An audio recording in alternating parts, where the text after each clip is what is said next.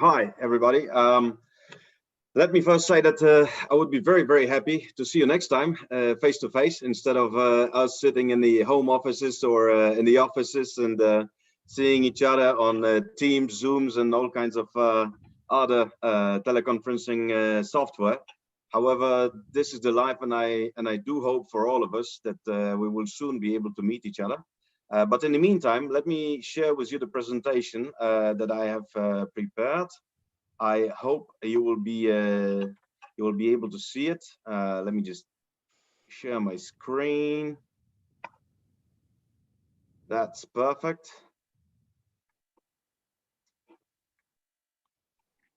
Yeah, just go into presentation mode. That's it. Great. Yes. So without any further ado, ladies and gentlemen, let me just present to you in short DCT Gdansk. Yes, we have been already mentioned. I am very happy. We are part of the port of Gdansk. DCT has been developed and opened in 2007 in October, and as of that moment, slowly we've become the largest and the only deepwater container terminal in the Baltic Sea. And the picture here, in the better times, you are seeing the largest MSC vessel coming to DCT Gdansk. The weather was beautiful. We are seeing these kinds of vessels 2 times a week.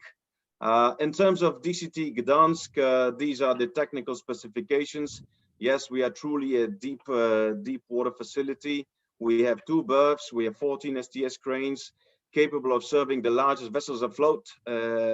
We have the capacity of 3.25 million TEUs, and we are now working on the tracks, rail tracks, to make sure that we can serve all this extra volume that we hope will be flowing back and forth from Ukraine, Black Sea, so that we can become a part of this initiative. Now we work 24/7, so don't worry. We will serve your containers and your traffic all year round, all the time.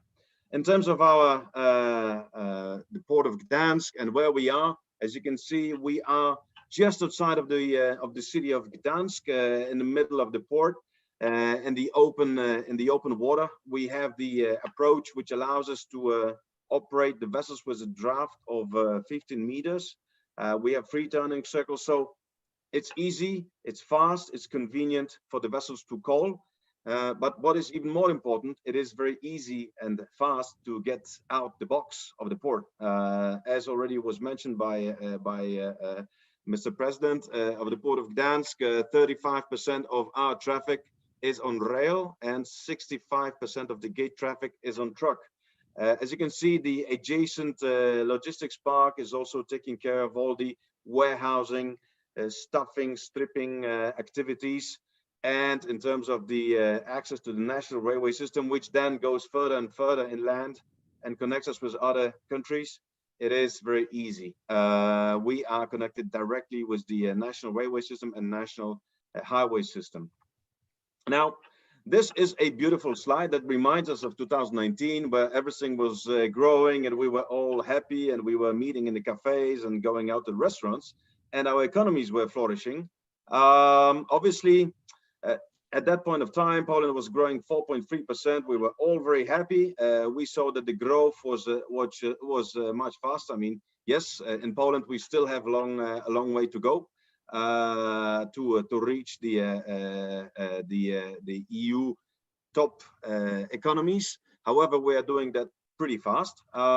What happened was in 2020, unfortunately, for all the economies, the situation has changed. So in EU, on average, it has lost 7.4% GDP. Poland, however, lost only 2.8%, Sweden minus 3.4%, Ukraine 4.4%, and Turkey only 0.2%, which then means that these economies are quite resilient to the crisis. What it means for us, it means that the container traffic is still strong. What we saw in the port of Gdansk and in DCT Gdansk was that the local volumes were growing in the time of recession, which is very interesting to see. Now, this is how it looked across the Europe. This is the official data from IMF. So as you can see, unfortunately, all our nearby economies were struck with COVID. However, our region, the Central East Europe, has not suffered as much as the other economies. Now, the banana-shaped line is the line of the ice, which is forming in the cold months in winter. As you can see, the east coast of Sweden, where our colleague Magnus is sitting today, is not affected with the ice, and Gdansk and Gdynia and other ports are not either. However, the other ports up north and up to the east may be. Now, in terms of fast presentation of the services, ocean line service, one of the services calling DCT on a weekly basis. The vessels deployed more than 21,000 TEUs on a regular basis. We exchange a pretty lot of moves on these services. Now, a very similar, however, with a bit different port rotation service of 2M Alliance. As you can see, both are linking also Korea, which is very important for this part of Europe. And obviously China, and one of them is hubbing over Tanjung Pella Pass for the Asian volumes, and the other one in Singapore. Now, going to our region, which is the most important thing, as DCT Gdansk, we are and we consider ourselves as the gateway to the sea and the hub for the Baltics. Now, why do we claim that? First of all, we have a lot of services with our partners which are now deployed over the Baltic Sea. As you can see, we have regular connections to our colleagues in different ports in the Baltics. And in terms of the gateway traffic, as already mentioned, 35-65% ratio rail to road. We are serving more than 500 block trains, and with the ongoing investments that we are now doing, we will have ample capacity to offer to customers also for the Poland, Ukraine, Turkey, and also Sweden and UK traffic. So all this is something that we are gearing up for. Now, we have already a working solution that goes to Czech Republic, to Paskov. We are working on the solution to Slovakia this year. So we hope to see that development as well. We are also part of the direct traffic going from Xi'an province in China that is linking the Xi'an with the Nordic and with UK. And we are working, and this is very, very important for us. We are working also with our Ukrainian colleagues and Polish colleagues with the connection to Ukraine. Now, obviously, this is only one way of approaching and how the cargo is going from Turkey and vice versa, Ukraine to the Baltics. Now, if you wanted to go via the sea, it takes a long way. Yes, when we look at the map, you could actually easily cross it. And this is what is happening right now. We have the corridors going via La Spezia. We have the corridors via the Adriatic. Yes, we have some traffic going via Ukraine to the Baltics. However, it is not, as far as I know, this is not going via the rail and not linking the port of Gdansk with the Ukrainian ports by rail. What we are missing, ladies and gentlemen, when we look at the situation, what it could have been. Now, DCT has an extensive feeder network that is handled by our partners. Now, we have connections with the United Kingdom, with Sweden, with the Baltics. Now, we know, and it was already mentioned, that there are several terminals which can link the rail traffic with the port of Gdansk to Ukraine, which is a wide gauge. Now, we currently have the rail connection between Zamość, DCT Gdansk, and the port of Gdansk, and Sławków. To Sławków, we have more than 8 to 9 services a week that go on a regular basis, long intermodal trains. Now with Zamość, it just started, but we are seeing that this is an ongoing process and it's building up. So we have the coverage from the north on the feeder services. We have, for example, the link to North Shipping. We have the links going to the south of Poland. And we know that the Ukrainian ports have a very extensive network going across the Black Sea. Now, what we are missing is just the spot. Now, obviously, we see some traffic coming over on the trucks, but is it something that is the end goal? I don't think so. I mean, it's a long way to cover. So why would a Turkish customer or any other customer from this region be going either across the whole of the sea or just using the truck. I mean, the Turkish trucker, for example, can just cross the strait, go through the EU and go up, right? It's one way. It's a trucking. It is expensive, but it's the fastest one. Now, the other one is you could use the sea services going to La Spezia, and then use either trucking or rail, and then approach or come to UK or Nordic or EU.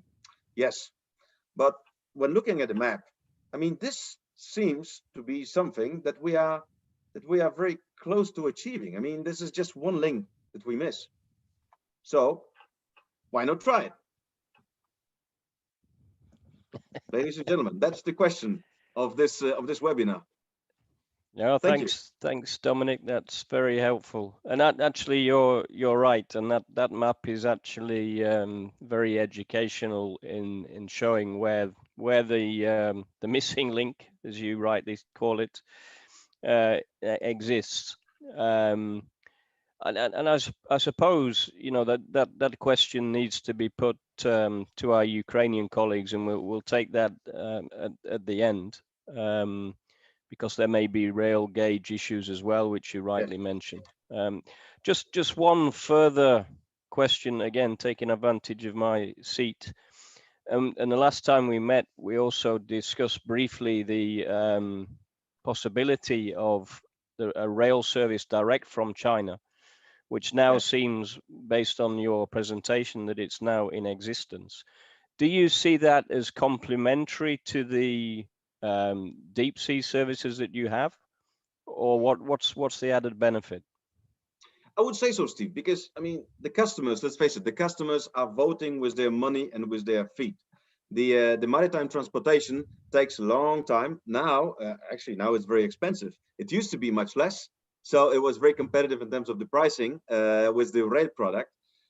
Now, not so much more. However, the rail, I think, is just complementary to the maritime traffic. As it was mentioned already by the president of Port of Gdansk, the rail traffic between Asia and Europe is just few percent, right?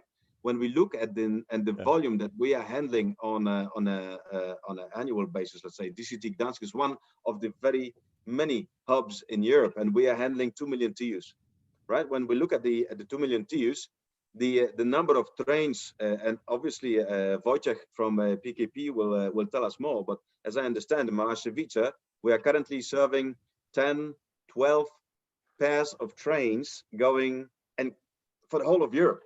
So when you look at the size and taking into account that, let's say, each rail or each train is about 80 TEUs both ways, is 160 TEUs multiplied by 10, it's 1.6 thousand TEUs a day. It is less than what we do as one of the many terminals. So this is just, I would say it's complementary. When you want your iPad or iPhone to get to your shelf, you use airplane. When you want to have your inventory to your factory, be it Korean, let's say car manufacturer or you know, white goods, then you may use the train. But vast majority will be coming over sea. Yeah, so it's very much a transit time thing, Dominik, from what you're saying. Yes, this is what I believe so. And we would like, as DCT, we are open to all initiatives. So we are not hubbed in we are not closed for the only hub and gateway concept. We are trying to see what makes sense for our customers. If they would like to be part of the A19, like we have the Maersk product, which is linking the sea, rail, and sea, we are then receiving the feeders from St. Petersburg. And it's good for the customers. So why not try it? I mean, if there are any new ways of serving the market, we are open for it. Like the initiative we are talking right now.